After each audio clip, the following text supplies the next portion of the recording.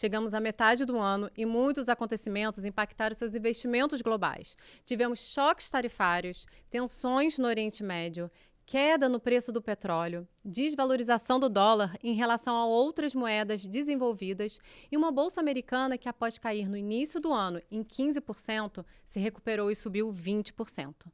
Como entender esse cenário e identificar boas oportunidades? Fique aqui e acompanhe este novo episódio do Offshore Connection.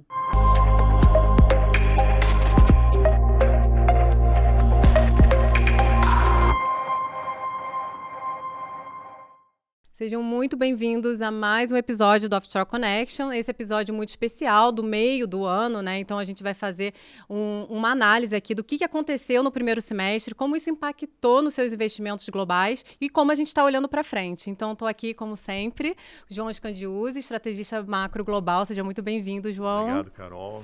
Marcelo Santucci, co-head de Portfólio Solutions Global e CIO. Bem-vindo, Santucci. Carol, João, sempre um prazer. Muito bom, e aí acho que esse episódio é muito especial. Vamos fazer eu quero assim, que vocês tragam para os nossos investidores globais aqui, né, os principais pontos que aconteceram. Santucci, acho que esse primeiro semestre aí foi desafiador, né, principalmente para a gente que está olhando aí gestão ativa, né, não só gestão ativa, mas para o investidor global. Então, vamos destacar primeiro, assim, os principais pontos, né, que aconteceram aí no primeiro semestre. E aí a gente vai contextualizando também, João. Vamos fazer um pouco diferente, começar um pouco diferente esse episódio. Vamos lá, teve bastante coisa. Se a gente olhar a foto de fechamento desse primeiro semestre, a gente vai ver que houve quando a gente olha taxa de juros no mundo, Estados Unidos, Europa, taxas futuras estão a níveis menores do que no início do ano. Então isso gerou uma performance positiva para a maioria dos índices de renda fixa, seja eles o índice de inflação mais, né, as TIPS, seja ele títulos soberanos, títulos de investment grade e high yield. Todos eles, qualquer um desses índices, tá, estão no ano rendendo algo entre 4% e 5%. Então, em dólar. Em dólar, sim. Estamos falando do mundo em dólar. Sim. Né? Quando a gente pega as bolsas, entre 5% e 10%, mais para 5% o S&P 500, mais para 10% as bolsas globais, europeias, e o mercados emergentes até acima de 10%, tudo em dólar. Quando a gente olha do ponto de vista petróleo, está caindo, né, algo como 6%. O dólar americano está perdendo, como moeda, perdendo valor para outras moedas, quase 10%. E o ouro subindo. Puxa, então, quando a gente tenta montar um cenário que explicaria os mercados, né, bolsa para cima, juros fechando, e ao mesmo tempo o ouro para cima, você fala, puxa, mas o ouro para cima é uma aversão a risco. A gente teve a tensão geopolítica, então explicaria um pouco de ouro para cima. Mas foi uma tensão política no Oriente Médio, então poderia explicar um petróleo para cima, mas o petróleo está caindo. E outra coisa, a gente tem um diferencial de juros americano ainda maior do que das outras regiões do mundo. Só que o dólar perde força. Então, muita coisa aconteceu, Carol. E aí, essa gestão ativa, e não foi uma linha reta, óbvio, essa é uma foto de fechamento do semestre, mas a gente teve quase uma montanha-russa. As bolsas iniciaram até fevereiro, iniciaram o ano muito fortes, chegaram a cair no meio de abril 15%, quase 20% a bolsa de tecnologia nos Estados Unidos. E voltaram a se recuperar e estamos em novas máximas. Né? Taxa de juros, principalmente americana, ela começou, né, com um ambiente de medo de inflação por causa das tarifas, as taxas ficaram... A ideia era que o Banco Central americano ficasse parado mais tempo. Aí teve a questão de aversão a risco no meio de abril, em que, num primeiro momento, as taxas fecharam, né, por ser um ativo de busca por proteção, e depois as taxas americanas se elevaram, enquanto as europeias caíram. Teve bastante emoção. Sim. Algumas quebras de correlação, né, com os movimentos que a gente imaginaria que acontecem de forma histórica, e tem algumas explicações para isso. E eu vou deixar o João aqui contextualizar e depois a gente fala um pouquinho o que a gente fez nos portfólios com esses movimentos. Então, vamos lá, Santucci, quer dizer, você falou bastante, quer dizer, dessas questões, dos momentos de volatilidade que a gente teve, né, dos mercados, né? E de fato, acho que assim, um grande movimento de volatilidade foi marcado pela questão tarifária, né? Sim, sabia que o Trump tinha prometido tarifas, já tinha feito no primeiro mandato, já estava um pouco na conta, né? Mas o mercado de fato se assustou muito com o Liberation Day, né, dia 2 de abril, quando vieram tarifas muito altas, né, e com um critério que não era exatamente o que o mercado estava precificando, né? Tarifas muito altas sobre Europa, sobre Japão, né, sobre grandes parceiros comerciais, sobre um argumento de reciprocidade que na verdade não era recíproca propriamente a tarifa. Então ali acho que o mercado precificou de fato um risco de recessão, né? De estagflação, uma inflação muito alta por conta de tarifas e uma recessão, né? Pelo impacto de desorganizar cadeias produtivas e também pela queda de renda real, né? Se a inflação fosse muito elevada, isso ia comer a renda, né, do consumidor americano, que é o motor daquela economia, e de fato poderia gerar um cenário desse. A gente na área nunca chegou a acreditar na recessão, mas chegou a colocar um cenário de crescimento mais magro, né? Desde então, claro, o Trump recuou em grande parte, ainda não temos vamos dizer assim, um status quo de tarifa, isso ainda está fluido, né?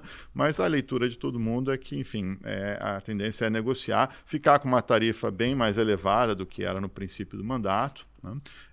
Ainda vai ter alguma coisa de tarifas setoriais, segundo semestre e até janeiro do ano que vem tem uma série de investigações setoriais, vai ter sobre cobre e madeira, sobre, enfim, motores de turbinas de avião, sobre aviões, sobre caminhões, semicondutores, fármacos, tem bastante coisa aí no pipeline.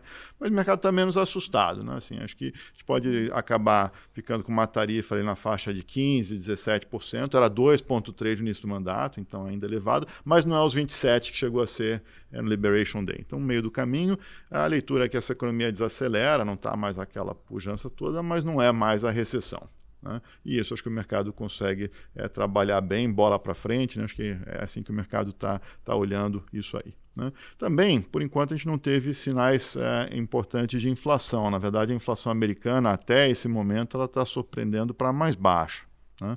O próprio Fed está cauteloso nesse sentido, dizendo ainda vou esperar para ver o que vem de tarifa e tal, né?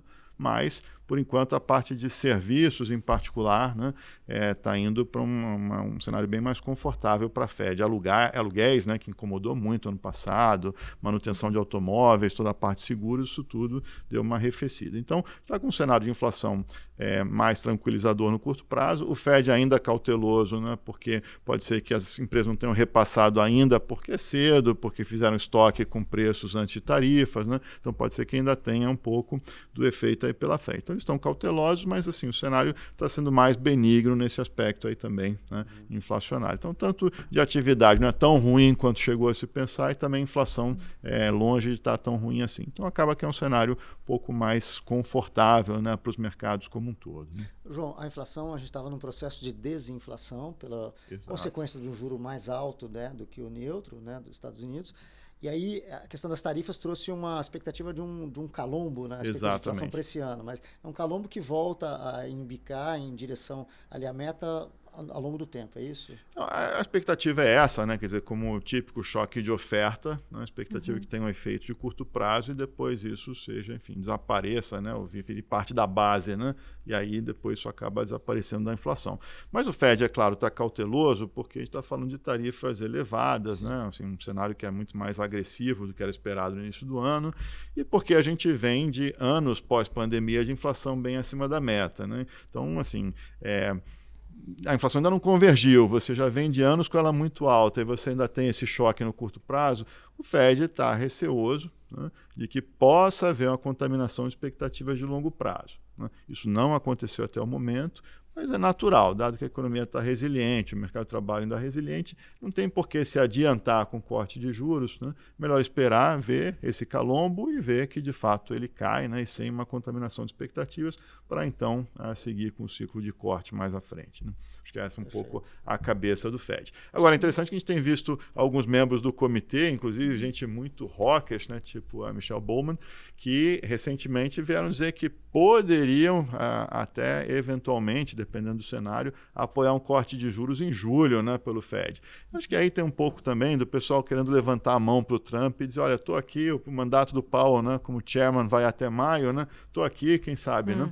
Então, tentando agradar um pouco o presidente aí, né? Mas a gente ainda vê, na verdade, como julho extremamente prematuro para uma discussão séria de corte de juros, né? Não acho que o comitê como um todo está se encaminhando para isso de maneira alguma, né? E precisaria ter algum cenário assim de muito ruim de atividade, alguma coisa muito diferente do que a gente tem agora para eles se anteciparem, né, a esse ponto. Agora, eu acho que um pouquinho mais à frente, o Paulo tem falado recentemente que o verão vai ser crucial para entender essa questão do repasse, né, das tarifas para os preços. Então, a gente, eventualmente, dependendo de como essa coisa se encaminha, a gente pode ver, sim, um corte em setembro. Eu ainda estou mantendo dezembro, né, de uma maneira cautelosa, mas, claramente, o mercado já precifica setembro e acho que está entrando mais essa possibilidade, dada essa inflação mais baixa que a gente está vendo também. Né? Um corte de quanto, João? Não, seria de 25 base, né? Não acho que assim, o 25. Fed não está tão longe assim do neutro, né? A discussão do neutro, obviamente, cada um tem a sua, mas mesmo na visão dele. E acho que como a gente ainda está com uma inflação mais alta, né? Tem essas tarifas, não tem uma razão para sair cortando a um ritmo muito mais forte que esse. Né? Para acontecer um corte mais agressivo, acho que teria que ter um cenário em que você tem uma piora de mercado de trabalho, em particular, muito aguda, né? Que colocasse de novo o risco de recessão, né? Que o mercado discutiu na tarifa. Né? Não é o nosso cenário aqui. Né? Então seria avançar com cautela. Não, perfeito. E o Santucci, quando a gente olha, né, para os ativos, para o mercado, como é que eles se comportaram e como é que a gente olhou para a alocação nesse cenário, né? E como a gente também está olhando para frente, né? Não, sem dúvida. A gente entrou o ano, né, de 2025 com os ativos americanos, em especial, muito fortes. Ainda era o arrasto o trade do Trump, né, após a eleição. E ali, o chamado valuation, análise de preços, nos dizia que a Bolsa Americana estava um pouco mais cara, realmente, com sua média histórica, e os índices de tecnologia estavam bastante ricos, né, mas justificados por uma geração livre de caixa, pela inovação e por bater as estimativas de resultado. Mas a gente fez uma ligeira recalibragem na sobrealocação nesses setores, ali em fevereiro, e a gente tem aquela estratégia política de operar com cenários de cauda, com algumas proteções via opções. Né, caso o mercado caísse, a gente poderia ter algum colchão ali pelas opções. E a gente estava também com uma duração mais curta da duração média dos ativos de renda fixa com altíssima qualidade, papéis ligados à inflação, papéis de investment grade. Quando veio a questão das tarifas, e ficou realmente no meio de abril, Liberation Day, houve uma queda muito grande dos mercados. A gente viu o S&P sair de 6 mil para 5 mil. Né? A gente viu, num primeiro momento, como eu falei, aquela aversão a risco trouxe uma queda de bolsa. Tradicionalmente deveria significar dólar forte, com o dinheiro indo para os Estados Unidos, comprando dos juros Treasury americano e os yields fechando. O que a gente viu foi, num primeiro momento, isso, depois a gente viu os yields americanos, né, as taxas, as pessoas vendendo Treasury para comprar outras dívidas, um momento de diversificação. Então, a gente sempre volta ali para a nossa prancheta, né, juntamente com todo o time de análise do João, o time de gestão, a gente olha e fala, poxa, qual é o nosso cenário base? É uma desaceleração da economia americana, do mundo? Pode sim. É um cenário de ter um pouco de diversificação do dólar, sim, mas o mercado tem confundido um pouco desaceleração com recessão. Ele confundiu um pouco diversificação do dólar com venda do dólar, né, ou da moeda. Então, a gente, por exemplo, ali naquela afundada de bolsa, a gente olhou e, pelas estratégias nossas, a gente estava menos comprado em bolsa, a gente acabou comprando um pouco mais de bolsa, de S&P para os portfólios. Quando teve aquela queda. Aquela queda no meio de abril. E, obviamente, na recuperação não foi em linha reta também. No meio da recuperação, de abril até agora, com a questão da pausa das tarifas, a gente teve um evento geopolítico, né, a tensão ali no Oriente, que também imaginava-se que tivesse uma alta do petróleo. Teve num primeiro dia, poucas horas, e depois, por uma análise de que aquilo seria, né, uma coisa mais curta, talvez, teve uma queda do petróleo. Então, o que a gente fez nos portfólios? Ter ativos de altíssima qualidade. A gente acredita em alguma diversificação de moeda ali dos portfólios dos gestores globais, mas é uma diferença entre Estados Unidos, talvez ele fosse exclusivo nos portfólios, hoje ele deve ser dominante. é diferente de não ter ou de sair do dólar, até pela capacidade toda, ou a liquidez do próprio dólar, da função dele de moeda de troca, até ser o principal papel de estoque de reservas do mundo. Então, houve muita discussão ali em abril, maio, de diminuir, sair dos Estados Unidos, acabou o excepcionalismo americano. Olha, o excepcionalismo do setor privado americano, acho que ele se mantém. Houve uma discussão, né, sobre o institucional americano, alguma diversificação. Fato, temos que reconhecer. Mas os Estados Unidos ainda é dominante nos nossos portfólios. Então, a gente atuou de forma a ter papéis de altíssima qualidade, empresas que são geradores de caixa, nos mantivemos investidos em tecnologia, segurança da informação, em nuvem, em setor de saúde e financeiro, a parte de Estados Unidos. E mantivemos uma alocação global com um pouco de bolsas nos Estados Unidos, um pouco de bolsa de mercado emergente, que, por sinal, houve um pouco de dinheiro, o dinheiro acabou migrando também para o mercado emergente. Haja visto o desempenho do próprio real, da Bolsa Brasileira e de outros mercados emergentes. Então, por disciplina, também temos nos portfólios chamado Core, uma parte que é mercado emergente ali. Um pouco menos alocado que o neutro, mas temos alocação. Então, essa parte da disciplina, Carol, foi muito importante, né, João? Naquele momento de muita incerteza dos mercados, com uma volatilidade incrível. Tinha dias que a gente falou aqui em outros episódios. O S&P estava subindo, 2, 3, caía 4 e voltava. Aquela volatilidade diminuiu e o grau de incerteza realmente foi dissipado. Claro, olhando para frente, teremos provavelmente outras incertezas, mas processo de investimento, disciplina, olhar com esse cenário base. Puxa, recessão, olha, tem uma desaceleração, tem chance de recessão? Tem, mas o mercado colocou 70% de chance de recessão, a gente tinha um pouco menos, e aí ajuda a gente a calibrar um pouco os portfólios. A curva americana, ela ficou bem inclinada. A gente tem risco até onde a gente consegue enxergar o impacto de política monetária, que está restritivo, tem chance de queda. Então, a gente está ali 4 anos e meio, 5 anos de duração média. A gente está parte longa, tem necessidade de rolagem do tesouro, vai ter que emitir títulos longos. Então, a gente está preferindo ficar um pouco mais curto, onde há um retorno bem mais alto do que a sua média histórica. E o mercado americano segue muito... segue inovador e segue um ambiente bem fértil para negócio e uma economia robusta, né, João? Sim. A gente já está trabalhando aqui para esse ano com um crescimento de 1,8, né? Assim, não é o que foi o ano Veio passado, de 2,8 e tal, mas é um crescimento bom. Né? Não é recessão. Não é recessão, longe disso.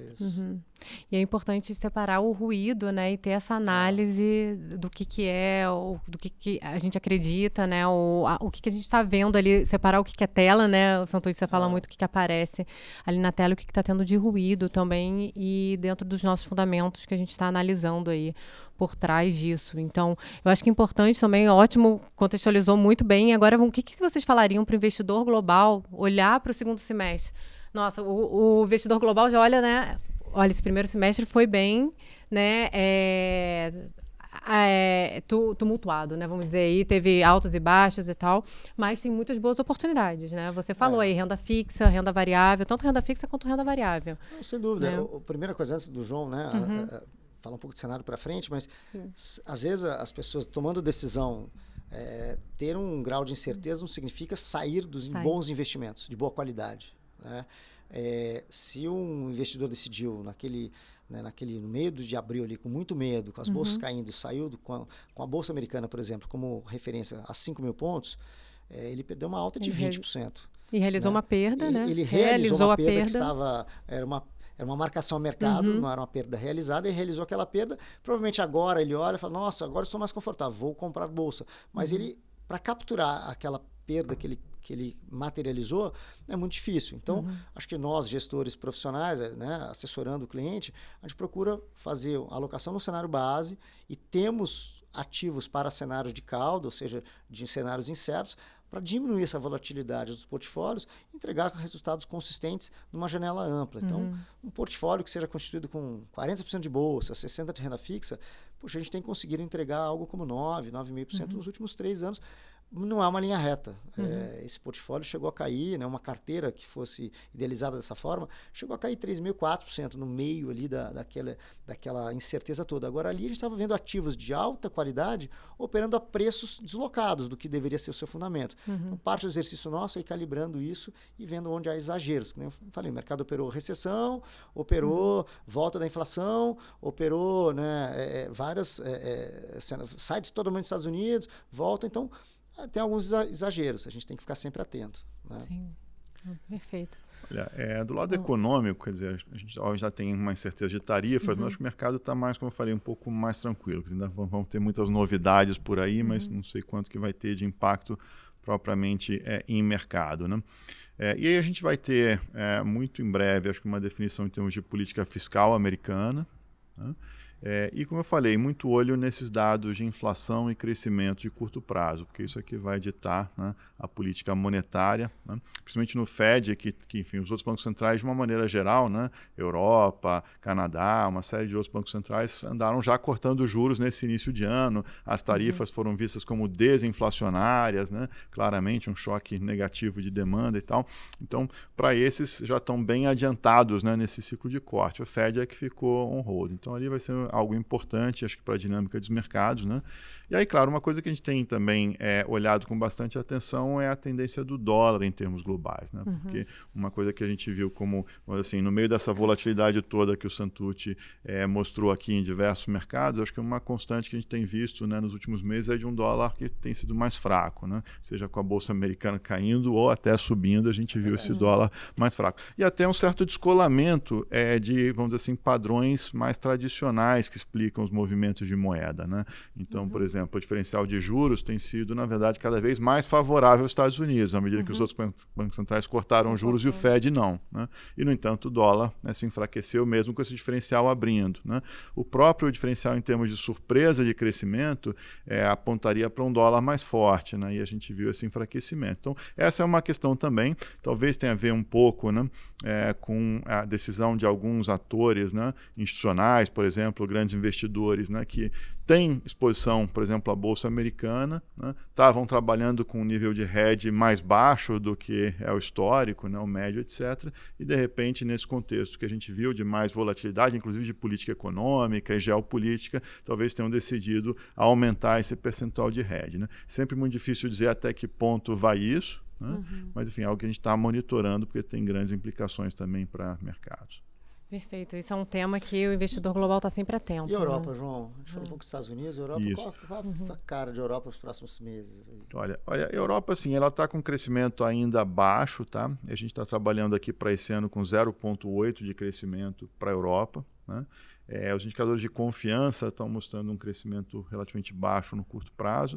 Tem tido algumas medidas, né, por parte, principalmente do governo alemão, né? A gente já viu, né, em março ali uma grande flexibilização de política fiscal, fevereiro, março. Agora, recentemente, né, uma proposta de corte de impostos também avançando ali. Mas acho que é só a Alemanha onde você tem tido algum movimento um pouquinho mais interessante, vamos dizer assim, né, de coisas acontecendo, usando esse espaço fiscal para tentar estimular um pouco a economia. O resto ainda está um pouco de mãos atadas, né? E aí a gente vai ter que ver, inclusive, como é que economias que hoje já estão com fiscal também bastante ruim, como é o caso de Itália e principalmente França, hoje com um déficit bastante elevado, como é que elas vão acomodar essas novas demandas, inclusive geopolíticas, né? A gente teve reunião da OTAN recentemente, né?